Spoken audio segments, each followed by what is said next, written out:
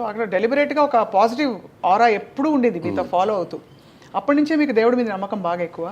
చిన్నప్పటి నుంచి మా అమ్మగారికి బాగా దేవుడు భక్తి, మా నాన్నగారికి అంత ఉండేది కాదు, కానీ మా అమ్మగారికి బాగా.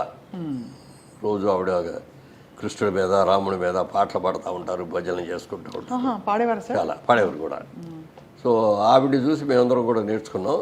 తర్వాత ఆవిడ పొద్దున్నే నిద్రలాగానే దేవుడికి దండం పెట్టుకొని దిగు మంచం పెంచారు. ఎవరు రాత్రి పడుకున్నప్పుడు కాడు కడుక్కొని వచ్చి మంచం మీద పడుకోబోయే ముందు దేవుడికి దండం పెట్టుకొని మళ్ళీ పడుకోనేవారు. అట్లా అది చిన్నప్పటి నుంచి అలవాటయ్యి. నేను బిజినెస్లోకి వెళ్ళాక కూడా రోజు ఇంటి దగ్గర పూజ చేసుకోవటం వెళ్ళటం అది అదొక అలవాటు. అది ఇప్పటికీ అట్లాగే ప్రాబ్లంగా అవుతుంది, కంటిన్యూ అవుతుంది. సార్, శ్రీదేవి గారు హీరోయిన్గా నటించిన మొదటి ఫిలిం బంగారక్క. అప్పుడు చాలా చిన్నపిల్ల సార్ ఆవిడ. చాలా సరిగ్గా చెప్పాలంటే హీరోయిన్గా అదే ఫస్ట్ సినిమా. అవును, చంద్రమోహన్ అని అంటారు కానీ అందులో 16 ఏళ్ళ వయసు అని ఇదే ఫస్ట్ సినిమా. అవును. అందులో అమ్మాయి పేరేంటి వయసు ఏంటంటే అప్పుడే పెద్ద మనిషి అయిన అమ్మాయి, చిన్నప్పటి నుంచి మగపిల్లలతో ఆడుకునే టైప్ క్యారెక్టర్ అనమాట. ఆ అమ్మాయికి సంగీత మాస్టర్గా నన్ను పెడతారు. ఇక ఆ సంగీత మాస్టర్కి వెళ్తాం, ఇది చేస్తే ఆ అమ్మాయికి మనసు ఎక్కడో ఉండేది అనమాట. అసలు ఆ అమ్మాయి పెళ్లి చేసుకున్న తర్వాత ఇక అమ్మాయి మళ్ళీ మామూలు ట్రాక్లో రావడానికి ఎంత కష్టపడ్డాడు ఇది అదైనా దాని సబ్జెక్ట్ అది చేసి ఫస్ట్ చేసింది దాంతో. అప్పుడు వాళ్ళ అంటే ఇది అడగకూడదో అడగచ్చో తెలియదు సార్, వాళ్ళ అమ్మగారు మిమ్మల్ని అల్లుడు చేసుకుందాం అనుకున్నారా అంటారు, నిజమా సార్? ఆ సినిమా అప్పుడు కనుక తర్వాత సినిమాలు అయిన తర్వాత ఈ అబ్బాయి బాగున్నాడు, బుద్ధిమంతులా ఉన్నాడు, బాగా సినిమాలు కూడా ఉన్నాయి, మన అమ్మాయిని ఇస్తే బాగుంటుందనే ఆలోచన ఆవిడకి వచ్చింది. శ్రీదేవికి రాలా, ఆవిడకి వచ్చింది.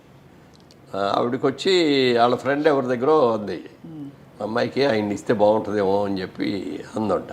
అంటే ఆయన పెళ్ళి అయిపోయిందండి, 2 పిల్లలు కూడా రండి అన్నారా? అంటే లేదు అట్లా అప్పుడే పెళ్ళి అయ్యి ఉంటుంది కుర్రాళ్ళలాగా ఉంటే.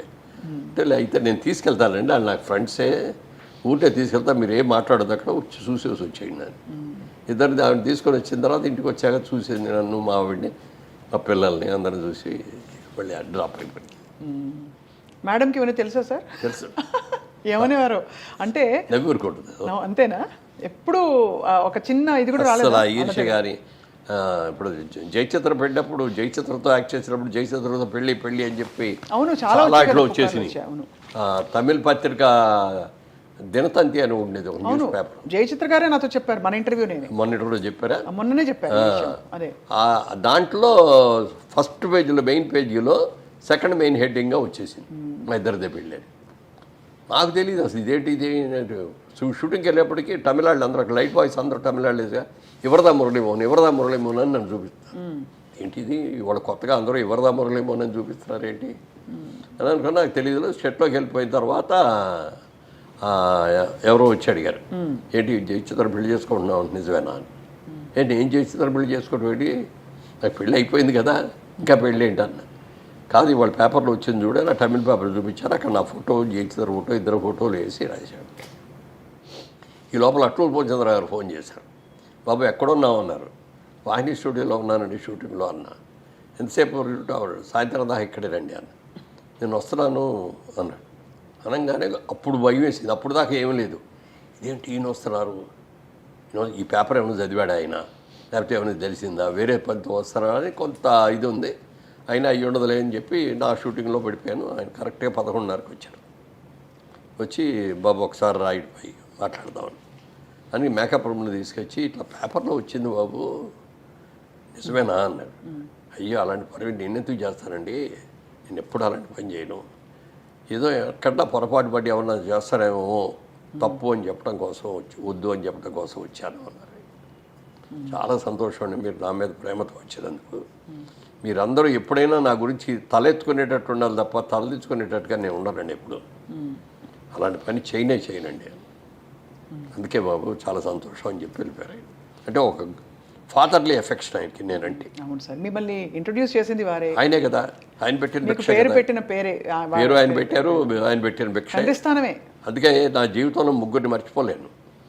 ఒకటి మొట్టమొదట మాణిక్యాలరావు గారని మాకు బిజినెస్లో నాకు వర్కింగ్ పార్ట్నర్గా ఇచ్చిన మాణిక్యాలరావు గారిని, సినిమాలో ఇంట్రొడ్యూస్ చేసిన అట్టూరు పూర్చంద్రరావు గారిని, నన్ను బాగా పైకి తీసుకొచ్చిన దాసనారాయణ గారు. ఈ 3 మాత్రం జీవితంలో నేను మర్చిపోలేను. వాళ్ళు ఈ స్టేజ్లో ఉన్నానంటే వాడు పెట్టిన భిక్ష.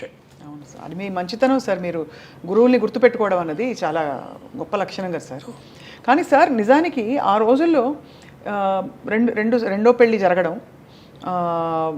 చాలా సర్వసాధారణంగా మనకి. ఇప్పుడు ఉదాహరణకి కృష్ణ గారు విజయ నిర్మల్ గారు పెళ్లి చేసుకున్నారు, ధర్మేంద్ర గారు పెళ్లి చేసుకున్నారు. అంటే భార్య ఉండగానే ఆ ప్రేమ ఒకటి కలిగి అది అవన్నీ కామన్స్ గారు. మీకు మైండ్లో ఎలా ఉండేది? అసలు ఆలోచన ఎప్పుడు రాలేదా? అసలు అలాంటి నేను సినిమా ఫ్యామిలీ షిఫ్ట్ చేద్దాం అనుకున్నప్పుడు నేను మొట్టమొదటి మీరు అడిగారు ఇందాక ఏదో అన్ని రకాల ఈ ప్రలోభాలకి స్థానమైన ఈ రంగంలోకి వచ్చారు కదా, ఎలా ఉన్నారు అని అడిగారు.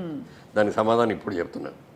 నేను ఇండస్ట్రీకి వచ్చేటప్పుడు నేను ఫ్యామిలీ పిల్లల్ని తీసుకొని వచ్చేటప్పుడు నేను ఒకటే నిర్ణయం నాకు నేనే చేసుకున్నాను, సెల్ఫ్ ఇంపోజ్ చేసుకున్నాను అనమాట. సినిమా ఇండస్ట్రీలో ఉన్నంత వరకు అంటే అది చేసుకోవడానికి కారణం అంటే సినిమా ఇండస్ట్రీలో గొప్పవాళ్ళు ఉన్నారు, వాళ్ళని చూసి ఏం చేయాలో ఎలా చేయాలో ఎలా కష్టపడాలో నేర్చుకున్నా.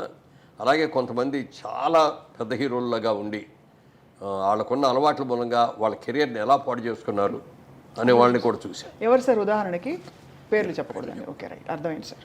అందుకని నాకు నేనే కొన్ని రూల్స్ ఇంపోజ్ చేసుకున్నా. సినిమా ఇండస్ట్రీలో ఉన్నంత వరకు జోదం ఆడకూడదు, పేకాట ఆడకూడదు, డ్రింక్ చేయకూడదు, వ్యభిచారం చేయకూడదు, ఎవరితో ఆర్డర్తో లింక్ పెట్టుకోకూడదు. చాలా అది పెట్టుకొని మీరు చెప్తే నెంబర్ 40 ఏళ్ళు కంటిన్యూ చేసుకోవాలి. ఏ రోజున ఎక్కడ కూడా తాగటం కానీ, పేకాటం కానీ, రేసులకు వెళ్ళటం కానీ, అమ్మాయిలతో తిరగటం కానీ ఏమి. చాలా ప్రలోభాలు పెట్టిన వాళ్ళు ఉన్నారు, అవన్నీ చెప్పను. అయినా సరే అంటే ప్రలోభాలు అంటే ఎలా పెట్టారు?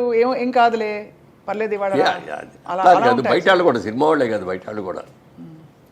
అప్పట్లో కొంచెం క్రేజీ యంగ్ హీరోగా క్రేజీగా కనపడేది సార్. మీరు అందగాడు అదొకటి. అంటే రెండు రకాల వాళ్ళు ఉండేవారు. ఇదిగో ఇలాంటి అన్నయ్య ఉంటే బాగుంటుంది అనుకునే వాళ్ళు ఉన్నారు, ఇలాంటి మొగుడు ఉంటే బాగుండేవాళ్ళు అనుకున్నారు, ఇలాంటి తండ్రి ఉంటే బాగుండేవాళ్ళు అనుకున్నారు. అట్లా అనుకున్నారు తప్ప ఇంకా వేరేగా అనుకున్నారు. ఎప్పుడు సార్ ఒక డీసెంట్